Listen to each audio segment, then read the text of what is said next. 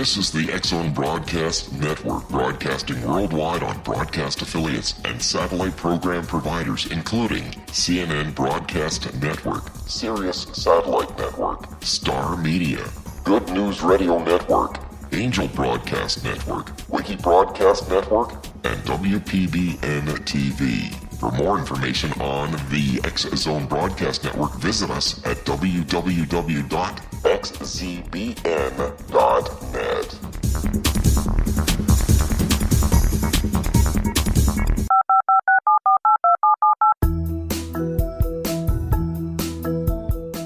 Did you know that when you're on the road with limited data or Wi-Fi, you can still listen to the X-Zone Radio Show with Rob McConnell, The Science of Magic with Gwilda Wiyaka, X-1, Dimension X, Space Patrol, and every minute of the X-Zone Broadcast Network by calling 213-401-0080, courtesy of Audio Now. No smartphone, app, or internet needed. It saves your data plan, and it's free if you have unlimited minutes. Call 213-401-0080 to listen on any phone, anytime, anywhere. Remember, 213-401-0080 for the best of the paranormal, parapsychology, and sci-fi radio programming anywhere, 24/7, 365. And welcome to the X-Zone, everyone. My name is Rob McConnell, and for the next 4 hours, I'm your host and your guide as together we cross the time-space continuum to this place that I call the X-Zone. It's a place where people dare to believe and dare to be heard. It's a place where fact is fiction and fiction is reality. And the X-Zone comes to you Monday through Friday from 10 p.m. Eastern until 2 a.m. Eastern, right here on the Talkstar Radio Network and the X-Zone Broadcast Network, and our family of growing affiliates right across Canada, the United States, Central America, the Caribbean, South America, the Pacific Rim, Australia, Asia, India, Africa, and Europe. If you'd like to give us a call, our toll-free number is 1-800-610-7035. That is toll-free worldwide at 1-800-610-7035. My email address, xzone@xzoneradiotv.com, on MSN Messenger, xzoneradiotv at hotmail.com, and our website, www.xzoneradiotv.com. And I'd like to welcome once again our newest broadcast affiliate, Star Cable Inc. in the Philippines. My guest this hour, X-Zone Nation, for the first hour of tonight's show for Tuesday, April the 13th in the year 2010, is Angela Artemis. Now, Angela is writer, clairvoyant, and spiritual medium from the New York area. Angela is also a financial salesperson with 20 years plus background in financial planning, private banking, and real estate finance. Her ability to navigate a demanding finance career while developing spiritually and psychically have given her a reputation as a very grounded and practical intuitive reader. Her approach to metaphysics is that it isn't anything supernatural, but an area of our experience that science has yet to validate. As a child, Angela was terrified of the dark due to spirit faces and voices that vied for her attention. A nightlight allowed her to sleep peacefully, and as a teenager, she began sleeping without the nightlight, and slowly the spirits began to reappear. It was then that she began to develop her psychic abilities. 3 years ago, unsolicited spirits began appearing in her psychic readings. Also at that time, the spirit of a childhood friend who died tragically 3 decades earlier in a motorcycle accident contacted her. These incidents turned out to be the catalyst that drove her to investigate afterlife communication and in developing her own mediumship. Since then, Angela has studied mental mediumship and with several renowned mediums, giving many readings, and contributes to the development of her gift. She also attended psychical mediumship seances where the physical evidence that we survived death was undeniable. X-Zone Nation, tables and other objects flying around the room, and much more. Joining me now from the New York area is Angela Artemis. And Angela, welcome to the X-Zone. Thank you, Rob. Thank you for having me. It's great having you. How old were you when you first realized that you had a gift? Well, maybe back then it wasn't realized as a gift, but when did you first realize that you could see and hear what many others couldn't? I was probably about 5 or 6 when I began realizing that the things that were keeping me awake at night were actual faces and voices. And I was a child, and it absolutely terrified me. And, of course, when you try to tell a parent about something like that, they tell you it's your imagination, which probably 99% of parents would say. So I begged my parents to please leave the door open a crack to the hallway so that I could have a nightlight. And I just couldn't sleep. As soon as it got dark, these faces would approach me and I would hear talking. All right, you and I have to take a commercial break right now, Angela. We'll be back in 2 minutes. Exonation, Angela Artemis is our special guest. Her website is www.mysticmusingsandmeditations.com. That's mysticmusingsandmeditations.com. Angela Artemis is our special guest this first hour of tonight's show, and we'll be back on the other side as we continue investigating the world of the paranormal and the science of parapsychology here in the X Zone from our studios in Hamilton, Ontario, Canada. We'll be back in 2 minutes. Don't go away.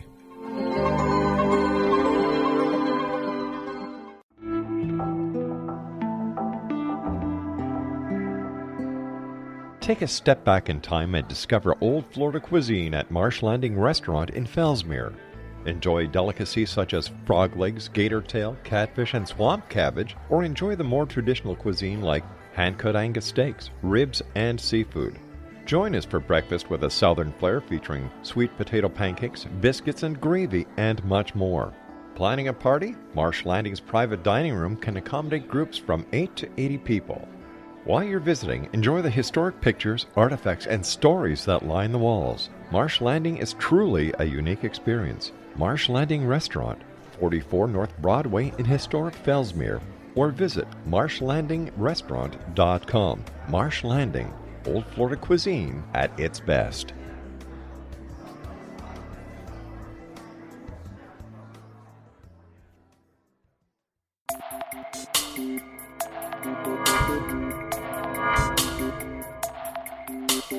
Are you interested in the paranormal, ghosts, UFOs, or psychic phenomenon? Join me, Tim Bartley, co-host of Talking to Spirits with Lightworkers Tim and Justina, coming mid-January 2017 to the XZBN. We will channel spirits live and talk to them, revealing all kinds of amazing information. Spiritual attachments will be found and removed on the show, and so much more. To find out when you can listen to Talking to Spirits with Lightworkers Tim and Justina, visit www.xzbn.net for listeners on both sides of the veil.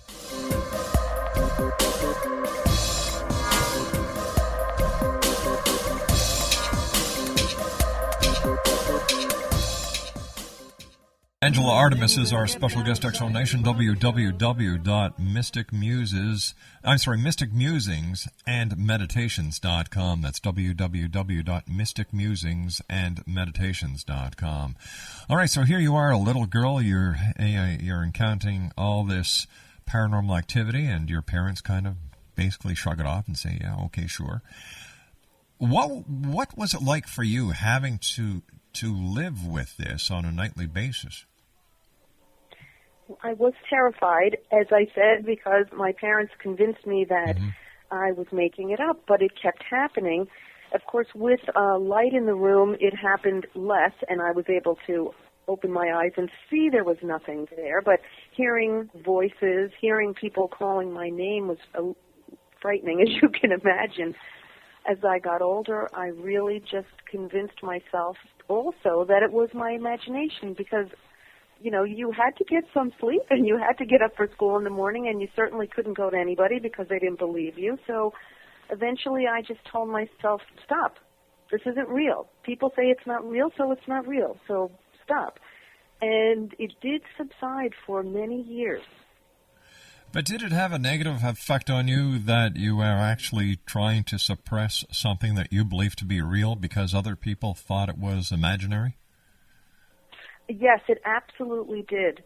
Not only did the faces and voices subside for years, but I think it does affect you in many ways where you might even second-guess other decisions you make in your life, because something that you've been told is not real, that you feel is so real. It does affect you. I think it probably did. That's a whole other subject, but certainly second-guessing yourself would be one way that it would absolutely have affected me. I did put it away, and not until I was a teenager did it start to come back again. And I did again try to convince myself that it wasn't real. Now, what made you realize that spirits were actually coming through your regular psychic readings as you grew older? I was reading for people. I remember one particular instance I was doing an intuitive medical reading for someone who had medical issues. And normally in that type of reading, you're scanning the body. And instead of seeing the person that I was reading for, and this was over the telephone, I started to see other people. It happened in this instance and several other instances where I would get someone of the opposite sex, and let's say I was reading for a woman, I would suddenly see a much older gentleman and describe them, and they would say, well, that sounds like my grandfather. Or, in the case of reading for a young man, I would see a woman, and he would say, well, that sounds like my mother. And this happened over and over again, and initially I discounted it. I just assumed I was connecting to them psychically, and they might have been thinking about their grandfather who passed on or mother who passed away, because they would say, oh, and they've died.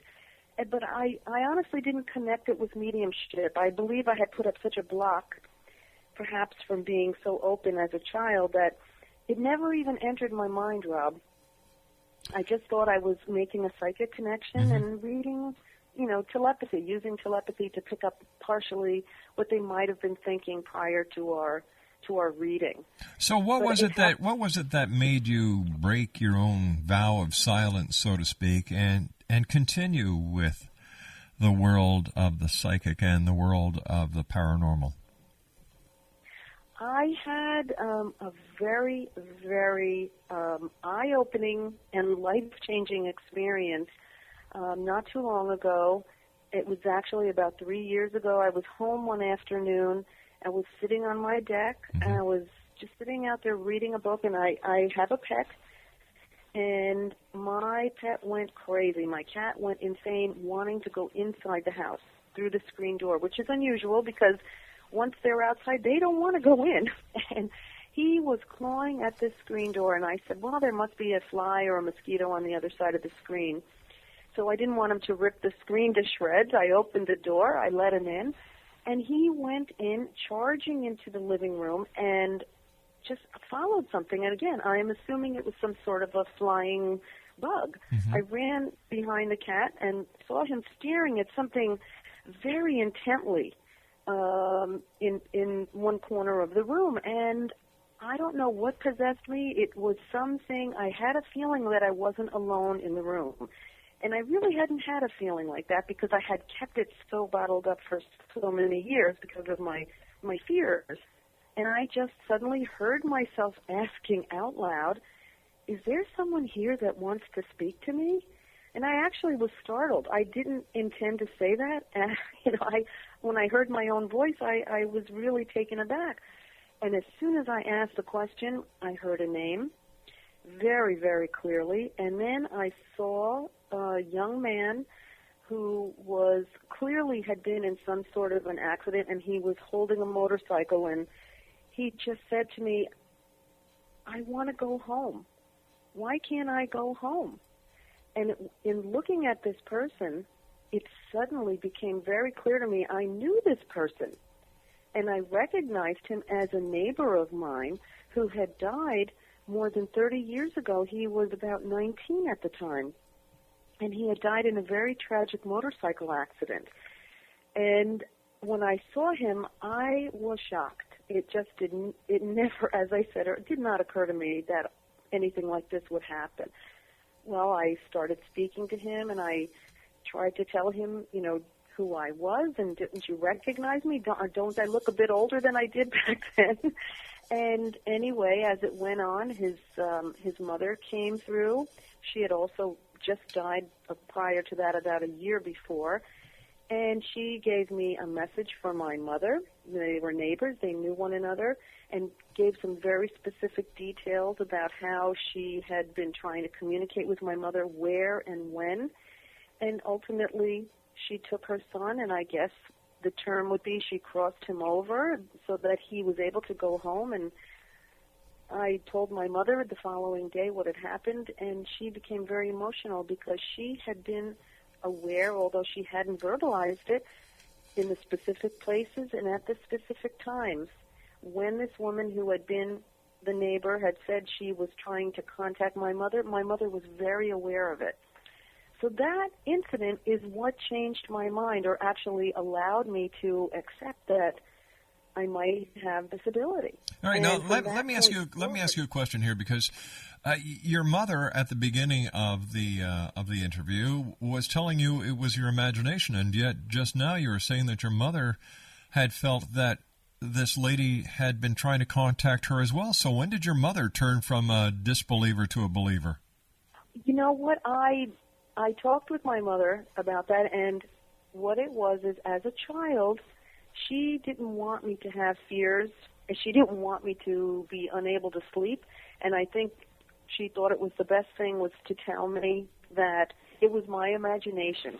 But as an adult, how do you look at that now? Do you look at it with resentment, or do you look at it as if my mother was trying to protect me, or do you look at it as, Mom, why did you lie to me? No, I thought she was trying to protect me. I didn't think that at all, because I grew up in a very open-minded home. But how could it be open-minded? How can it be open-minded if your mother tried to hide the truth from you? No, I think at the time, she may not have been aware of it. I think as she grew older, she became more open-minded. Mm-hmm. And I also think she was trying to protect me since I was a little child, and she didn't know what to do. She didn't see what I was seeing. So I really think it was out of love. I don't think it was in lie at all. Let me ask you this question. If you had a child who had these experiences, would you be honest with them? Would you investigate the possibilities with them, or would you tell them it was all their imagination? And preface your answer for me. No, I would never. Now that I know, I would never do that. I would work with the child and help to enhance their abilities, talk to them so that they get over their fear. Right. And if they have these abilities, to help them develop them. Can suppressing this information actually harm a child? I think so. Because as I said earlier, I think if you're not able to validate what you're seeing and hearing, you start to second guess all of your decisions, because something that was real isn't real, or supposedly isn't real. Mm-hmm. So that gives you a bit of hesitation over many other decisions in your life, because even though you may not consciously be aware of it, I think it's always there. The fact that you were told that what you were seeing and hearing wasn't real. Mm-hmm. That's true. So I do think so. I do think it can be harmful. What kind of an asset would knowing the truth about a child's own psychic ability and their ability to communicate with the other side, how would this be an asset in a child's life? I think, it would be an asset because you would be validating their experience so that they wouldn't develop that underlying, possibly subconscious reaction of second-guessing themselves. Right. I also think it would, if they have this ability and they are able to get information from other frequencies, I guess you might call it, or realms, as they grow older, they could use this information to make decisions, to help guide them. I don't know that I wouldn't think of it as something that they would want to develop just for saying, I have this, and to use it in a very egotistical manner, like showing off. All right, you and I have to take our news break at the bottom of the hour. Please stand by. Angela Armitage is our special guest. www.mysticmusingandmeditations.com. That's www.mysticmusingandmeditations.com. We'll be back on the other side of this news break as the X Zone continues from our studios in Hamilton, Ontario, Canada, on the Talkstar Radio Network and X Zone Broadcast Network. Don't go away. This is the X Zone Broadcast Network, broadcasting worldwide on broadcast affiliates and satellite program providers, including CNN Broadcast Network, Sirius Satellite Network, Star Media, Good News Radio Network, Angel Broadcast Network, Wiki Broadcast Network, and WPBN TV. For more information on the X Zone Broadcast Network, visit us at www.xzbn.net.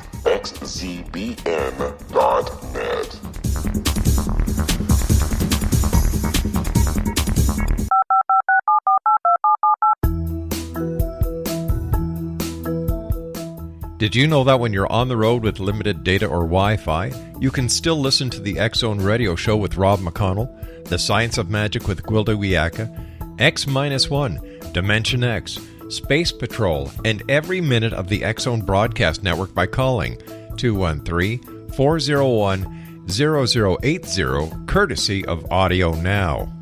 No smartphone, app, or internet needed. It saves your data plan, and it's free if you have unlimited minutes. Call 213-401-0080 to listen on any phone, anytime, anywhere. Remember, 213-401-0080 for the best of the paranormal, parapsychology, and sci-fi radio programming anywhere, 24/7, 365. Welcome back, everyone. My name is Rob McConnell. This is the X Zone on the Talkstar Radio Network and on the X Zone Broadcast Network. Our toll-free worldwide telephone number is 1-800-610-7035. That's 1-800-610-7035. My email address is xzone@xzoneradiotv.com, on MSN Messenger, xzoneradiotv@hotmail.com, and our website, www.xzoneradiotv.com. And for all the latest news on Paragators TV, visit www.paragators.org. Exonation, my guest this hour is Angela Artemis. Her website is www.mysticmusingandmeditations.com. That's Mystic Musings and the word AND, meditations.com. You and I were talking off air during the commercial break with the news, Angela, that in their later years, your mom and dad kind of changed their way of thinking when it came to certain things. Yes, they did.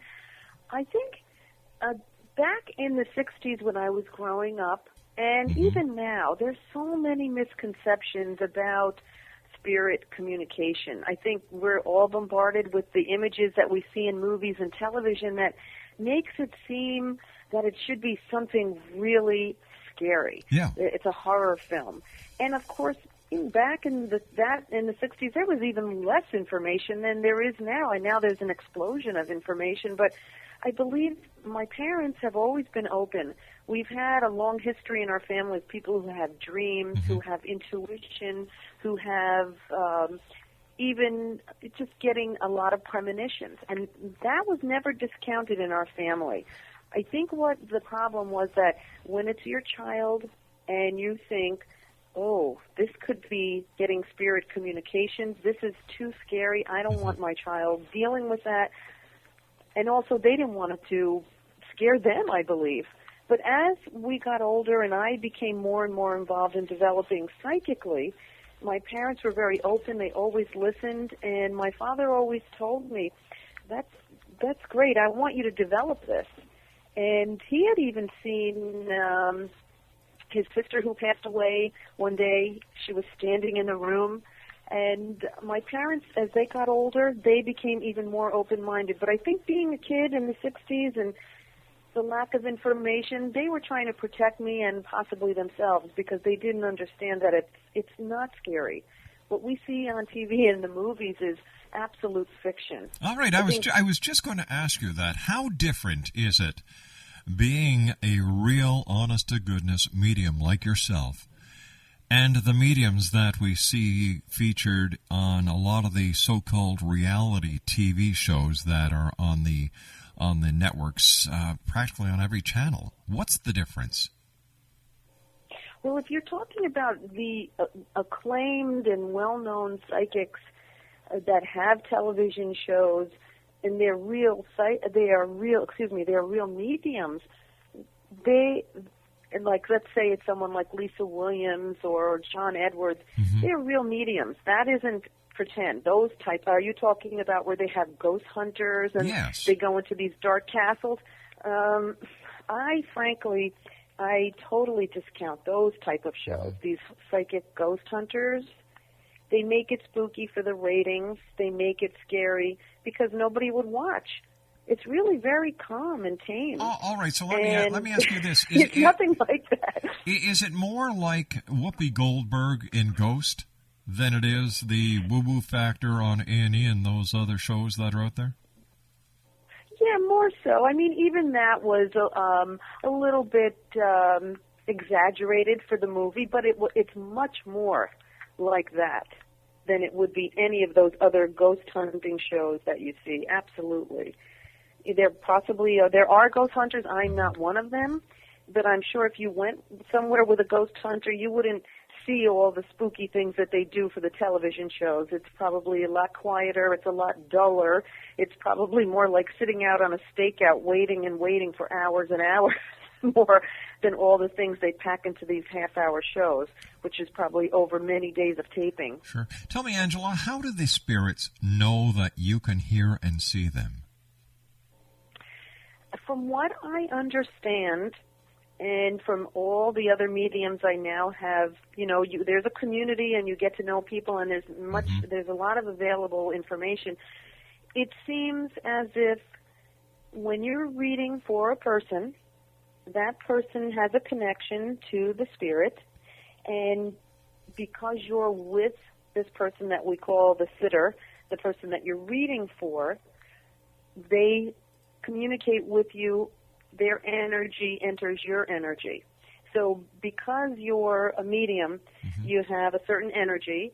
They are aware of this energy from the frequency that their consciousness now operates in without a body. And the fact that you're reading for someone who they know has drawn them to this sitting. So they're able to make the connection to you. I mean, there are times when people are reading in front of large audiences, and there's a whole host of people in the audience. Everyone has someone connected to them that's passed away, and these people in the audience will draw all these spirits there because of their desire to make a connection. So all these spirits are actually there, and do these spirits ever interact with each other on a spiritual plane? I am told they do. I have obviously never visited this plane, but anytime I've read for anyone, it's usually been only one spirit at a time. But sometimes there are more than one or two waiting to come through.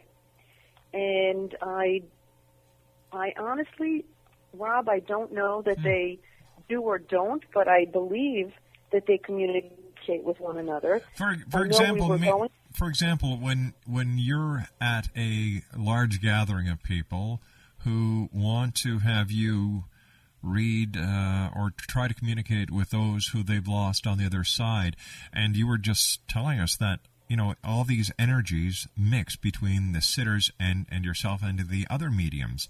So not only do you have the spirit or the spirit from one person there, but you have maybe 15, 20 different spirits there, or do they come in individually? No, if it were a large group, they would all be there at the same time. But are you saying, do they come through to the consciousness of the medium all at the same time? Well, yes, because or does it depend if the person is sitting? Yes, there you have to develop, and you have to become very clear, and you have to learn to link to one person at a time. Okay. That's where it can be difficult, and that's where obviously experience comes in, because it can be confusing. You might hear a voice and then another voice, and of course not knowing that it's two different people, because when you hear their voices in your head, you may or may not hear it in their exact voice. Sometimes it sounds like your own inner voice, except that it is a thought that is downloaded whole and complete into your mind that you were not thinking. And sometimes it's in their own voice. Well, what's the difference? So the person, I'm sorry. No, I was just going to ask you what the difference between a physical medium is and a mental medium. A mental medium like myself is someone that receives the information telepathically and through the other senses. I hear clairaudiently, I feel their feelings clairsentiently, and I receive symbols and pictures in my mind clairvoyantly. And that is something that isn't validated outside of myself as it would be by physical mediumship, where the actual physical mediumship has objective type of things happening, such as movement of objects in the room or appearance of objects in the room that were not there before, that are teleported or apported by the spirits. In physical mediumship, you have physical signs. In mental mediumship, you get proof from the spirit for the person you're reading for that proves that it's the person. They'll tell you things that only they would know, memories that were shared, specific things that happened that you wouldn't have any knowledge of, but only the person you're reading for could validate, and this very, very specific information will prove that you have a spirit. In a physical mediumship setting, which I have attended and have been utterly amazed by, you'll see things moving around the room. Tables going up to the ceiling and spinning, which would be impossible for anybody to do. Pianos being played. Wow. Footfalls shaking the whole room. You feel someone touching you. It's things that I never, ever would have believed I've actually been a witness to. When you're when you're doing this, are you in any physical harm? I never felt that at all. I did not feel afraid at all. I was visiting a circle that has been very, very successful with apports. And apports are things that materialize in the room that were not there before. And I was visiting this circle as a guest, and I didn't feel afraid at all. I thought I would, and I didn't. I think because I was so amazed at what was happening, I didn't have a moment to be afraid. And it wasn't anything to be afraid of. The spirits were using the energy of the physical medium and his group of circle members to manifest things on the physical plane to show that there is a consciousness after loss of the physical body. And they don't, it's not a sideshow. It's not something done just to people, but it's only for people to wake up and realize that our consciousness continues to exist after we leave our body, and to tell us that we should live on this earth for the experience, deal with the stresses, grow in character, and love as much as possible. Because when we leave this plane, all we take is the love we felt and the memories of our lives. So it's for that reason that you become a medium. Not to amaze anyone, but to share that message. How can a listener tell the difference between a legitimate medium and a medium who's out there to get the fast buck? I think you have to listen to your gut instinct. I mean, don't you know when you're being lied to a lot of times? You Definitely. feel something is off. You just don't feel right. But it's the same way in anything. In the case of a person going to a medium, they want to hear, they want to believe, they are willing to sacrifice that gut feeling for the possibility of that communication. So in that case, I don't think that the rational mind is actually playing all that fair. Yeah, their radar may not be working as well. In that case, they desire it too intensely. I would say if you went to a real mental medium, they wouldn't ask you any leading questions. The whole idea of mediumship is to not ask questions of the person that you're reading for, is to just present anything that is coming through to you. And you ask them to validate it afterwards. In other words, you wouldn't say, oh, did your father pass away? I see. You would say, I have a gentleman here. He appears to be around this age. He is saying he passed away from this condition. Angela, stand by, my dear. You and I have to take our final break. Angela Artemis is our special guest. www.mysticmusingsandmeditations.com. We'll be back on the other side of this final break for this hour as the X Zone continues from our studios in Hamilton, Ontario, Canada. 19 Sergeant Central. 19 Sergeant, check. Officers on the scene. Hi, I'm Larry Lawson, host of Paranormal Stakeout.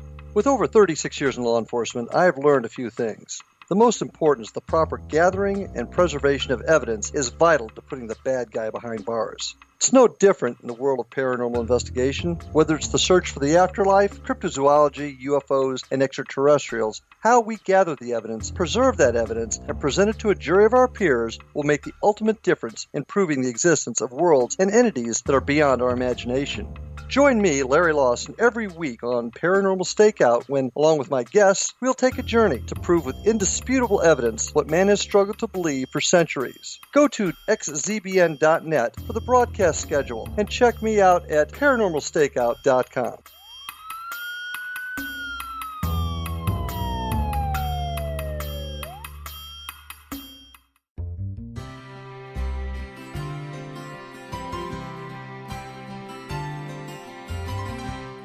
True healing must address 4 levels: physical, emotional, mental, and spiritual, for us to live joyful and productive lives.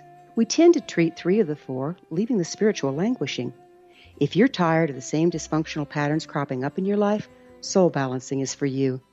Trixie Phelps, owner and founder of Soul Balancing, is a naturally gifted energy healer trained in numerous esoteric forms, including shamanism. Trixie has created a powerful modality that safely and effectively clears your energetic field. A soul balancing session can remove interference, heal trauma, and restore your hope. Contact Trixie for a life-changing long-distance session today. www.soulbalancing.world.